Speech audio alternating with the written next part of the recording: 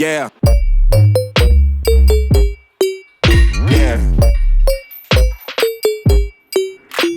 Well, it's been a minute since I've done any of this jazz on the channel, but in case any of you guys are wondering, I still got it. This motor right here, this stock internal GSR, has provided me more fun and more memories than any car, any engine in any car ever has in my entire life of owning over 15 plus cars. This engine right here that I bought for $1,200 for a full swap, harness, axles, everything, full swap, 1,200 bucks, stock internal GSR, has been the most fun I've ever had in any car ever. Turbo, NA, drag racing, road course, car shows, car meets. This engine has quite literally done it all. And so today's video, in honor of the stock GSR, I'm taking us on a little trip down memory lane, and I'm gonna be showing you guys a compilation of all the best moments of this engine. This engine was an absolute beast. Posting the shorts, I'm gonna be posting long format content on the channel of doing this. And this, I am very excited for. I'm a little bit nervous. Those of you that have been around for a while know the history of this engine. It is not good. This time around, you're gonna see this here in the next video or two. I hand built this myself from the ground up. Bare block, rotating assembly and all. I basically just slapped it back together and I'm gonna be throwing it in the car. If this motor blows up or has any mechanical issues, I will be taking it out of this car and burying it in my backyard. Without any further ado, let's get started on a trip down memory lane with the stock internal GSR.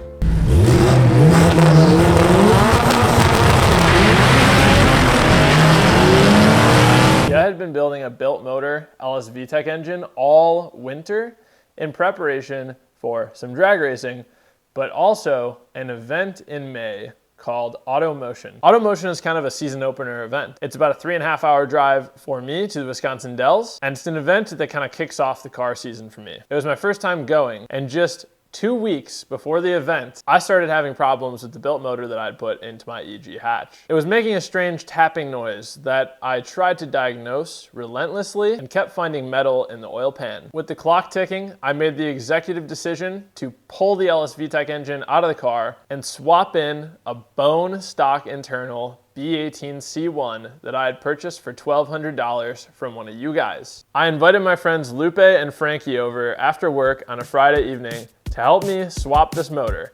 Our goal was to do it all in one night.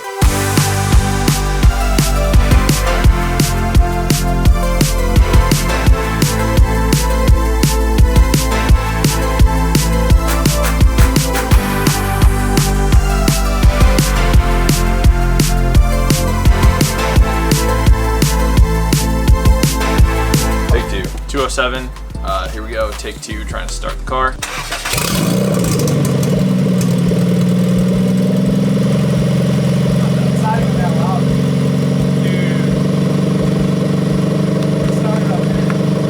Running engine, built LS VTEC, to running engine, GSR, all in one night. We got the first start at about 2 in the morning, and then I only had a couple more days to button up the rest of the turbo kit and the rest of the swap because we had dyno day on Wednesday and then leaving for Automotion the following Friday.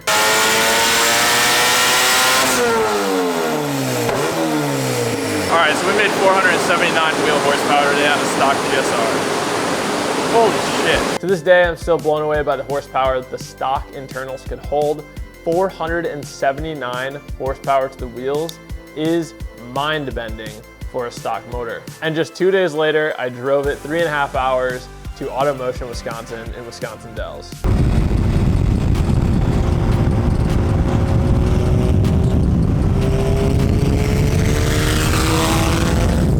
Boosting time!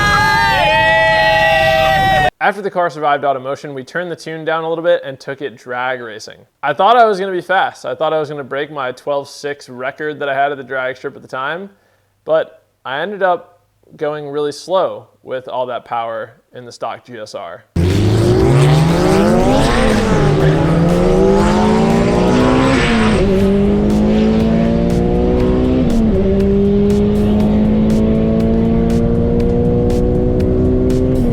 Dude, best pass. I think it's probably my best pass ever. Oh my God, that was slow. Yeah, that was slow, guys. After that, I decided I was done being slow. I decided that I was going to take the car down to Bradenton Motorsports Park in Florida, since it was winter here, with a goal set of breaking into the 11s and beating my friend Gingium and his turbo LS swapped Volvo 240 station wagon. So I completely overhauled the car in preparation for the race. And then I went back to the dyno to set up a low boost and high boost tune with Ruds Racing and Mikey Spec. Unfortunately, this dyno session did not go according to plan.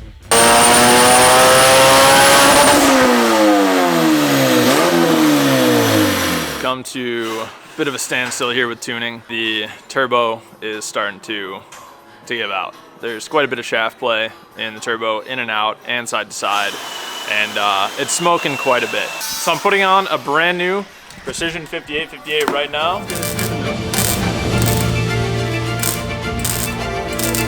What is that one guy on Facebook? I am speed. I think that's the Lightning McQueen. No. So yeah, I installed a Precision 5858 turbo while my car was still strapped to Ruds Racing's dyno. We weren't able to complete the tune that night, so I took the car home, came back another day.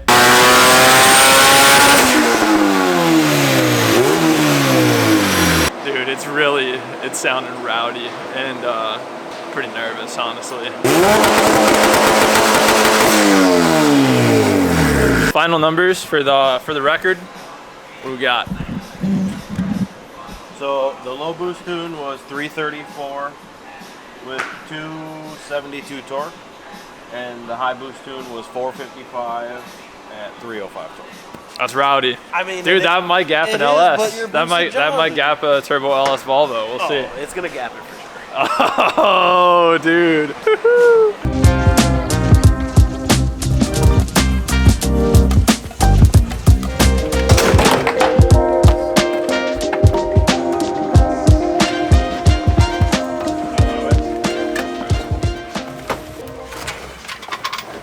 See all this sound ending?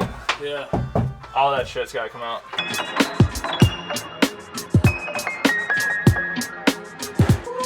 All right, here goes. This is the official weight. Oh, you haven't put it down yet. Yeah, that's right. Oh, it's pretty much exact.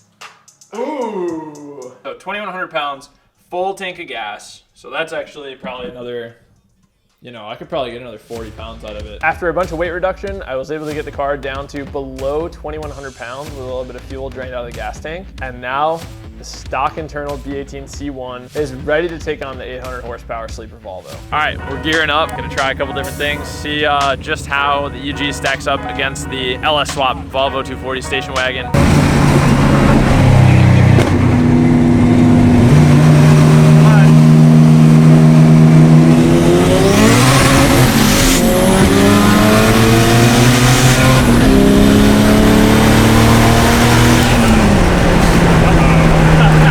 I was ecstatic that this motor was able to take down an 800 horsepower V8 turbo car in a roll race. Now, a roll race is where I would have the advantage, so we try to dig.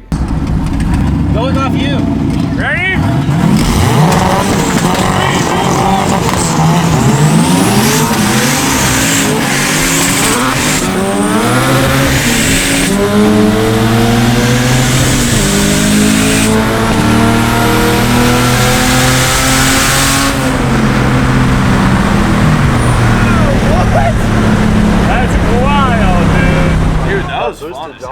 Was that on low boost too? Yeah. I'm so fucked with the track. No, dude. I was feeling really good, but really nervous going into the drag racing over the next couple of days. Man, it's pretty surreal to be here, I'm not gonna lie. We were here 2 years ago with Caleb, spectating. Now we're actually racing. Let's do it. Now remember, my first goal is to break into the 11s. So I went out on track by myself, just making some test hits and trying to break into the 11s before lining up against Caleb for our first race at Bradenton.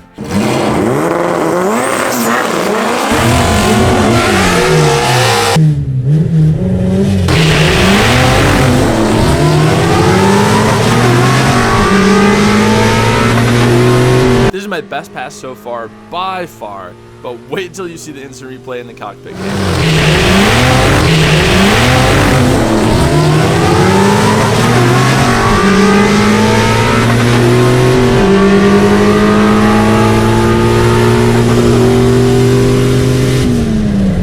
All right, boys, my radio flew out. Holy shit. Thank you. 11.5 at 120, dude. At 121 miles an hour. Woo! Let's go! After a couple hiccups, I finally busted into the 11s and got my knuckles busted by my head unit flying out and hitting my hand during the pass. And I'm already mind blown because I've just completed my goal that I worked so hard for over the last few months. And the stock internal GSR just did its thing. Now this wouldn't have been possible without help from Mikey Spec, sending me tune revisions and definitely turning up the boost a ton. So while I never necessarily used my high boost switch, Mikey had tuned my low boost tune to be more boost than the high boost tune even was. It's safe to say that my car was making close to 500 wheel horsepower, if not over 500 wheel horsepower, by the time I raced Gingium. This is it, guys. This is the race.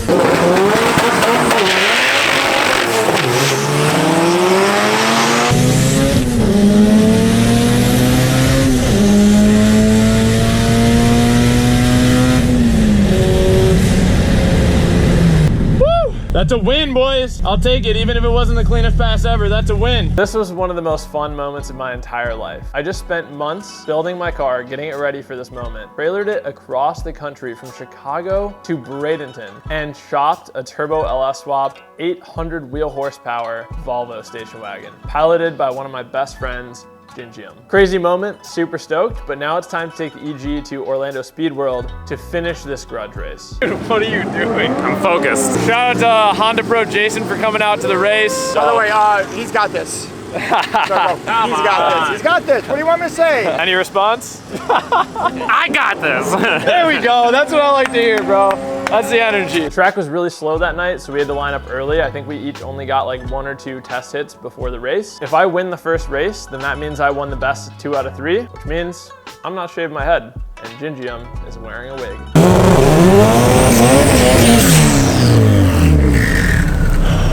Earliest burnout yet. Here goes.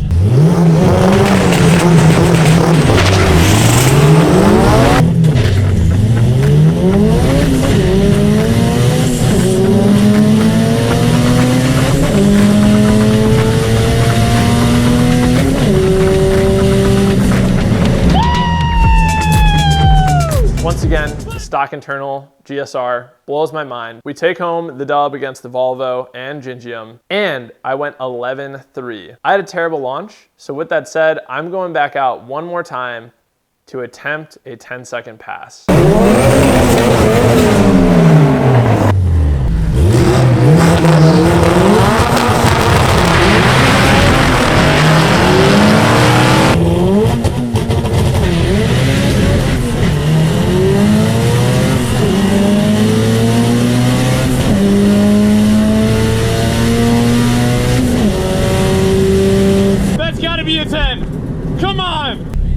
Oh my God, no way. 11-0. 11-0-0-0.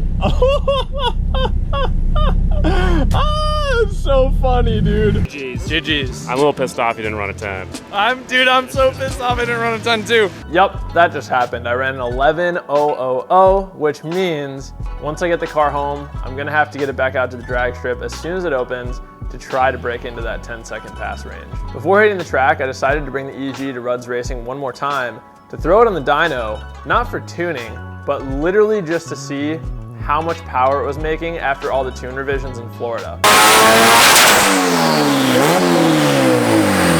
Since it was colder here, we hit boost cut at about 19 PSI, and the car was only revving out to 7,500 RPM.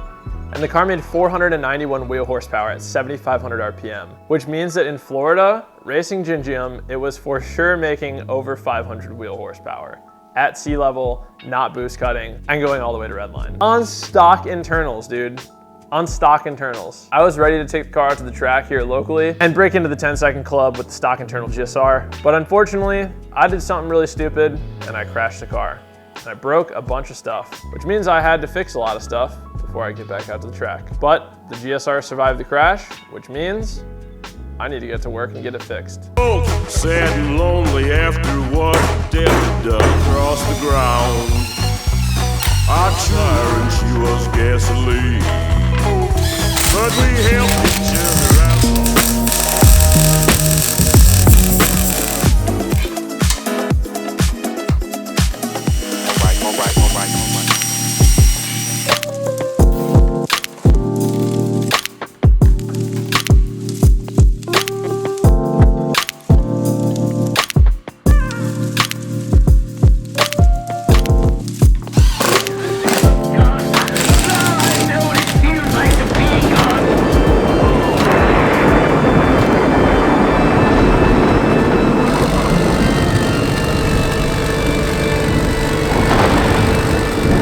All right. Back together, GSR sitting pretty with the turbo kit back on it. I took it out to Great Lakes Dragway to try to run that 10, and I ended up running another 11.0.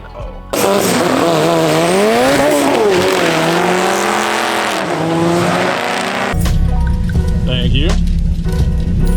11.0 again. That was so defeating. I felt terrible after that event that day, but I dusted myself off, dusted off the GSR, and I came back exactly 1 week later, and on the last pass of the night, here's what happened.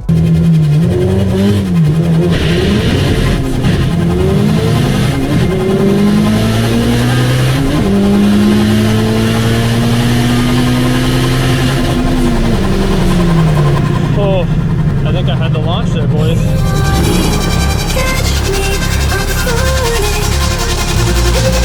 Alright, what do you think you got? Don't look at it, don't look at it, don't look at it. What do you think you got?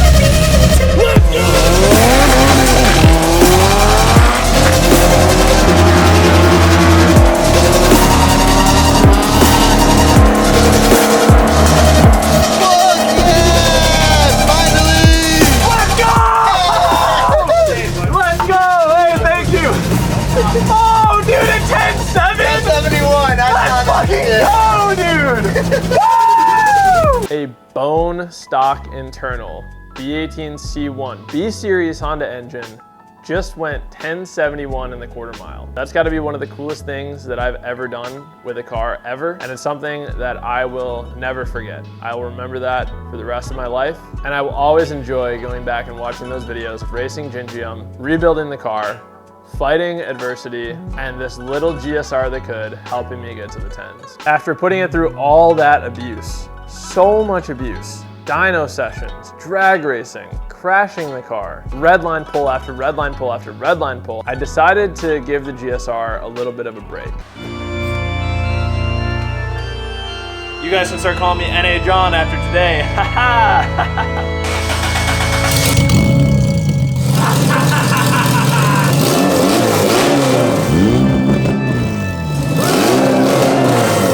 As soon as I came home from the drag strip after running a 10-second pass, I pulled the turbo kit right off. I wasn't gonna try for 9s on that motor, and I really didn't want to blow it up because it's been so good to this point. So I took the turbo kit off, I put it back to NA, and then I set the car up for road course racing. Got some bigger brakes, track-oriented coilovers, aligned it, set the ride height, and I brought it out to an event called Honda Meet in its NA form. Exit turn 2, that seemed to work really well because I'm exiting turn 2 almost on limiter, shifting up to 4th, coming into turn 3, braking way late at the second braking marker, turning in a little bit early. Car kind of pushed a little bit here, but I'm able to get back on throttle and steer with throttle to get it to calm down.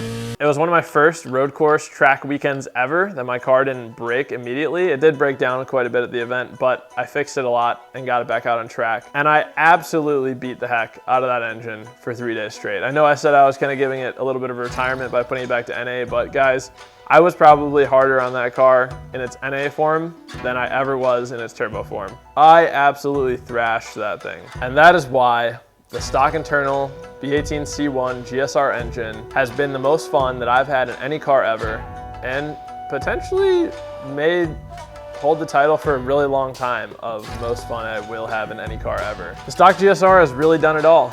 Big power, dyno tuning, drag racing, roll racing, road racing, turbo, NA, street, car shows. If you're excited to see this car go absolutely bonkers with a fully built LS VTEC engine going back into it, please click that like, please click that subscribe. It's gonna be making over 600 wheel horsepower, hopefully, fingers crossed, which is going to be mind-boggling. Comment down below F to pay respects to the GSR engine and wish it a happy retirement. As of right now, I have no plans for that motor other than to cherish it and keep it in a corner and keep it clean and keep it safe. If anyone has a giant glass case that I could put that motor into, let me know. And lastly, don't forget about the EK auction. The link is in the description down below and in the pinned comment. Also, link to Boosted John merch in the description down below, www.earneverything.shop. I have Earn Everything t-shirts. I also uploaded the old retro Blown Motor Club designs to the website, and I have jet tags, which are super sweet. It's been a really fun trip down memory lane with the GSR. It's been the only motor that's been in my car for over a year without having any major issues, but I'm excited for the future, boys. Next video,